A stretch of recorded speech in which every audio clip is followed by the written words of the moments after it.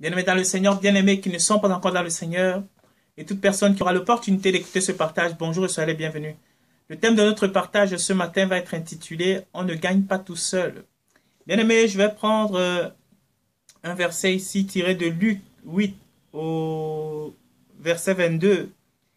Il est mentionné, un jour Jésus monta dans la barque. C'est ici la scène de la tempête que Christ avait apaisée. Je crois que beaucoup d'entre nous la connaissons. Donc, Luc 8, 22. Un jour, Jésus monta dans la barque avec ses disciples. Il leur dit, passons de l'autre côté du lac, et ils partirent. Je vais m'arrêter juste là, bien-aimés dans le Seigneur, parce que le fond de mon partage aujourd'hui peut vraiment se situer que dans ce seul verset. Ici, bien-aimés dans le Seigneur, avec ses disciples, ici, bien-aimés dans le Seigneur, on se rend compte d'une chose. C'est que Christ, bien-aimé dans le Seigneur,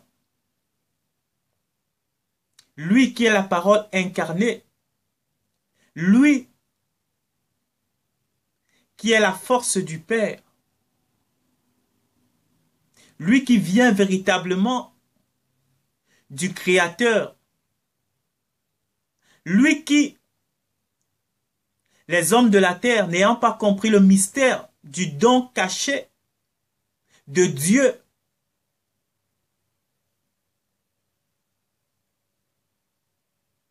ont pris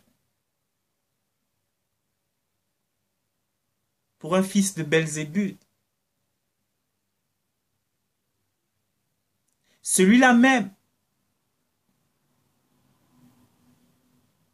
que Dieu a donné aux hommes comme modèle, celui-là qui a plu au cœur du Père, afin qu'au travers de lui, le Père ramène toute la création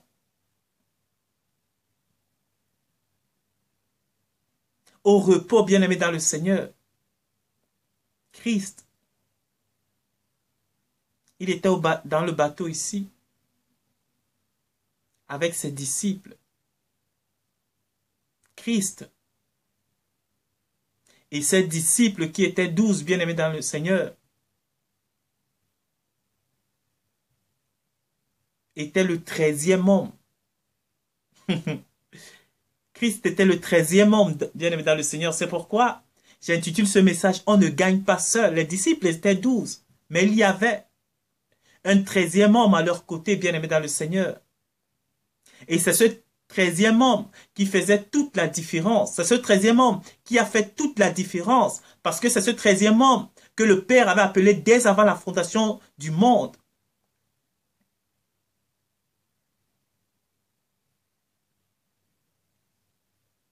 À être une bénédiction pour eux. C'est ce 13e homme que le Père a pourvu à l'humanité, afin qu'au travers de lui, l'humanité puisse goûter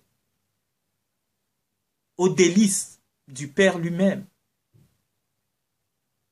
Le 13e homme.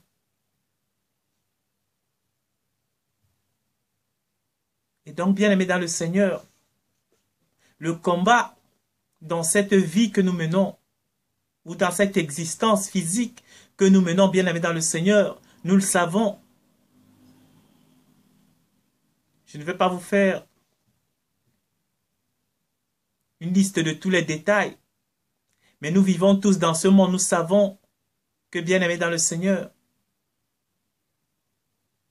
le chemin de la vie est parsemé d'embûches. Le chemin de notre marche sur la terre est jalonné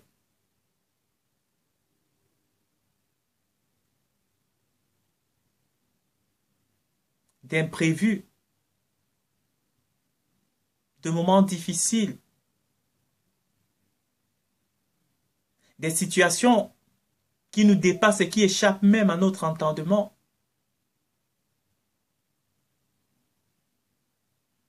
Des situations qui sont au-dessus de nos forces. Et c'est normal, bien aimé dans le Seigneur, parce que celui qui contrôle ce monde n'est pas un être physique, même s'il se sert des êtres physiques pour se manifester, même s'il se sert des hommes et des femmes, parce que la méchanceté, on ne va pas la trouver au ciel. Satan, on ne va pas aller le chercher dans les airs, dans l'espace, non.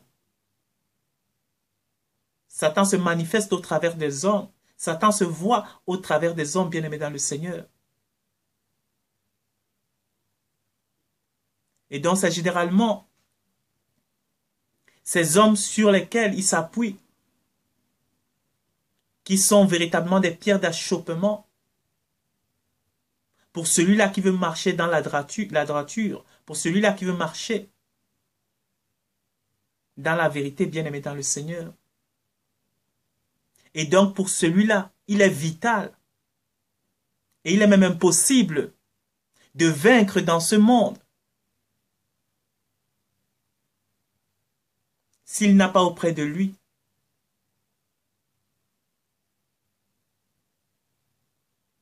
une personne, s'il n'a pas auprès de lui, comme les disciples, avec la 13e personne, c'est-à-dire le Messie Yeshua.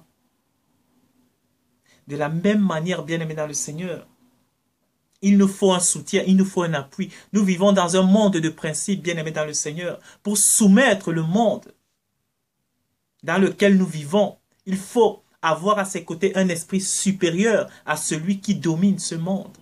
C'est ainsi. Et la Bible appelle Elohim, le Seigneur des esprits, le Père des esprits, bien-aimé dans le Seigneur. Il y a hiérarchie au-dessus de laquelle il n'y a pas d'autre hiérarchie. C'est celle-là qu'il faut avoir de ton côté, bien-aimé dans le Seigneur, pour pouvoir marcher dans la victoire dans ce monde physique. Et l'instrument par lequel le Père des esprits, c'est-à-dire Elohim, a manifesté sa bonté aux hommes, c'est Christ. C'est lui qui est la loi faite chair. C'est lui qui est la parole faite chair.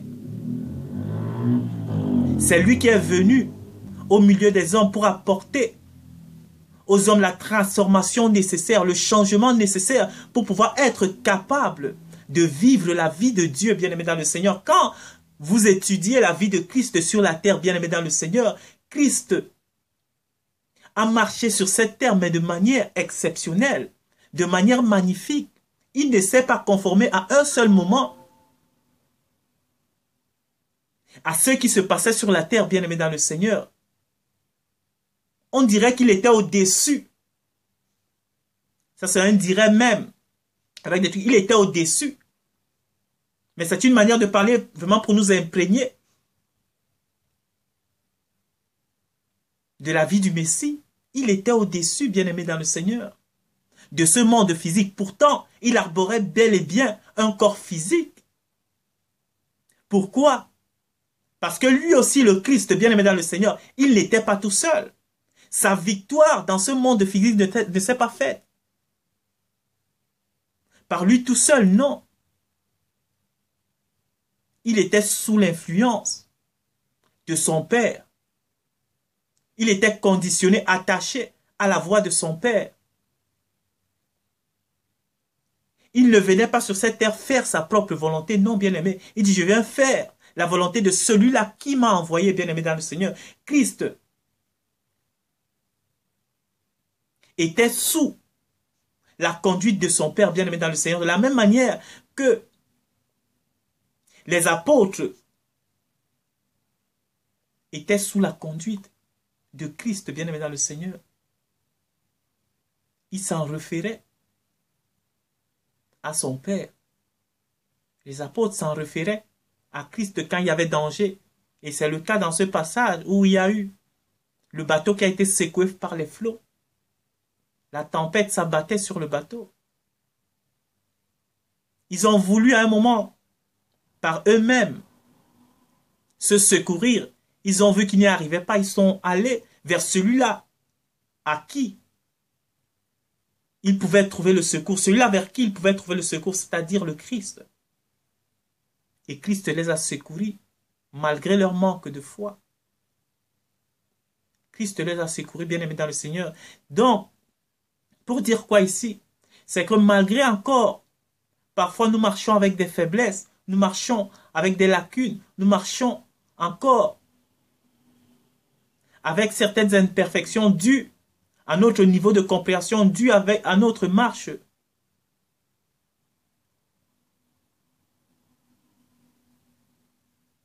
Où nous sommes encore peut-être en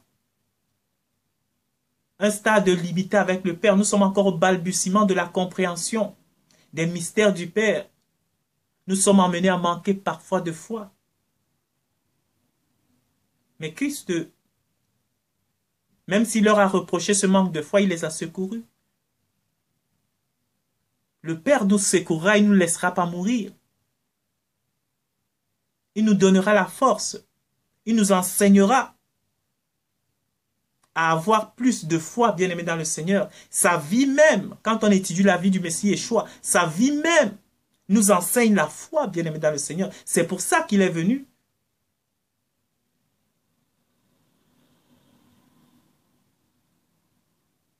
C'est pour ça qu'il est venu, bien-aimé dans le Seigneur. Et donc, as-tu Christ auprès de toi? Parce que ça, c'est une étape. Nous allons voir maintenant la deuxième étape, parce que il y avait les disciples, il y avait le Christ. Mais après, quand le Christ est monté, il a donné aux disciples l'esprit, c'est-à-dire lui-même qui est revenu sur la forme pour fusionner et devenir un, mais totalement un, avec les disciples bien-aimés dans le Seigneur. Ce n'était plus Christ et les disciples, mais c'était Christ dans les disciples bien-aimés dans le Seigneur, au travers de son esprit. Et donc, bien-aimés dans le Seigneur, la volonté qui émane ici du Père, parce que c'est la phase suprême, c'est de devenir un avec le Christ. C'est la phase suprême que le Père a besoin que chaque enfant de Dieu sur la terre, chaque esprit éveillé, chaque élu venant d'en haut, puisse véritablement, bien-aimé dans le Seigneur, être conduit dans ce chemin à devenir un avec Christ, c'est-à-dire n'avoir plus en lui que des pensées qui viennent de Christ, avoir en lui plus que les désirs qui viennent de Christ. Ne plus vivre pour lui-même, comme on dit, ce n'est plus moi qui vis, mais c'est Christ qui vit en moi. C'est à ce stade-là que le Père veut que nous puissions arriver. Quand le disciple devient un avec son maître bien-aimé dans le Seigneur, tout est possible, tout devient possible parce que c'est le maître qui fait au travers des disciples maintenant et tout est possible au maître bien-aimé dans le Seigneur. C'est de cela. On ne gagne pas tout seul. On gagne avec Christ au-dedans de nous. On gagne avec le Père au travers de nous. Car nos émanations, nos désirs, tout ce que nous voulons dans ce monde n'est plus que de devenir un avec le Père au travers du Christ Jésus, bien-aimé dans le Seigneur. C'est là où la victoire devient une évidence, bien-aimé dans le Seigneur. Il y a une chanson que j'aime beaucoup qui disait que nous ne combattons pas pour la victoire, mais nous combattons dans la victoire. C'est à ce point-là qu'on doit arriver. Et quand la fusion devient totale, on est à ce point. On est dans la victoire, bien-aimé dans le Seigneur. Et ce qu'on voyait Christ manifester sur la terre devient totalement possible. Ça ne devient plus une vue de l'esprit. Ça ne devient plus une utopie. Ça ne devient plus une chose à laquelle on espère, mais ça devient la vie quotidienne du disciple sur la terre parce qu'il a une ascendance sur le pouvoir du monde. Que 1000 tombent à sa gauche, 10 000 à sa droite, le disciple ne sera pas atteint. Je ne parle pas ici, bien-aimé dans le Seigneur, des choses physiques, comprenez-moi bien. Je ne parle pas ici d'une atteinte physique. Je ne dis pas que le disciple ne sera plus malade. Il ne va pas manquer d'argent. Il ne va pas manquer telle ou telle chose. Non. Mais je parle ici de sa position spirituelle. Elle ne sera plus atteignable. Rien ne pourra plus le faire reculer, bien-aimé dans le Seigneur. Rien ne pourra plus le faire renoncer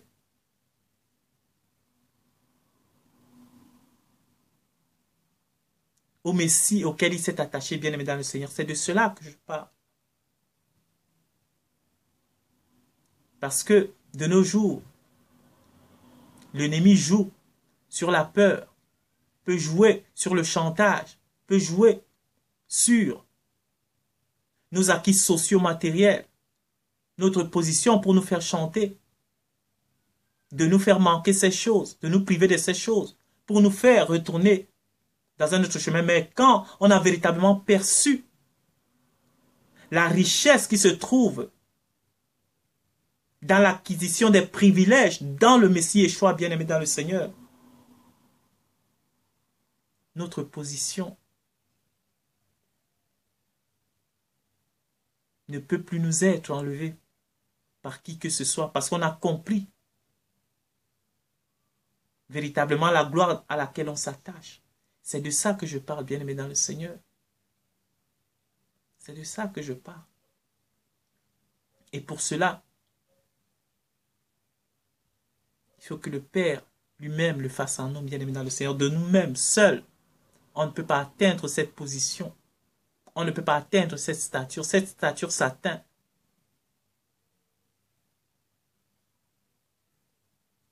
par l'épurement, par le chemin de la croix qui élève. Et seul le Père bien-aimé dans le Seigneur peut le faire au travers de nous. Donc voilà, bien-aimé dans le Seigneur, ce seul verset. Un jour, Jésus monta dans une barque avec ses disciples. Il était avec ses disciples. Pour gagner, bien-aimé dans le Seigneur, il faut avoir le Père Elohim de ton côté. Il faut avoir Yeshua, le Christ à tes côtés, comme les disciples ici.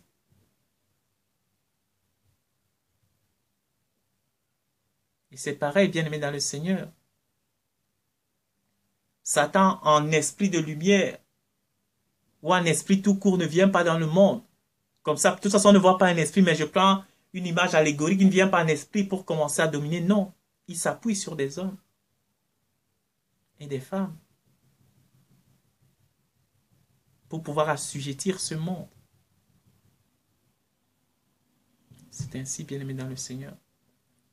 Donc ta victoire, bel et bien, est en Christ. La Bible dit Christ en nous l'espérance de la gloire. Et la Bible dit aussi que quand Christ paraîtra, nous paraîtrons aussi avec lui. C'est ainsi, bien-aimé dans le Seigneur. Donc c'était mon exhortation. Désire plus que toute chose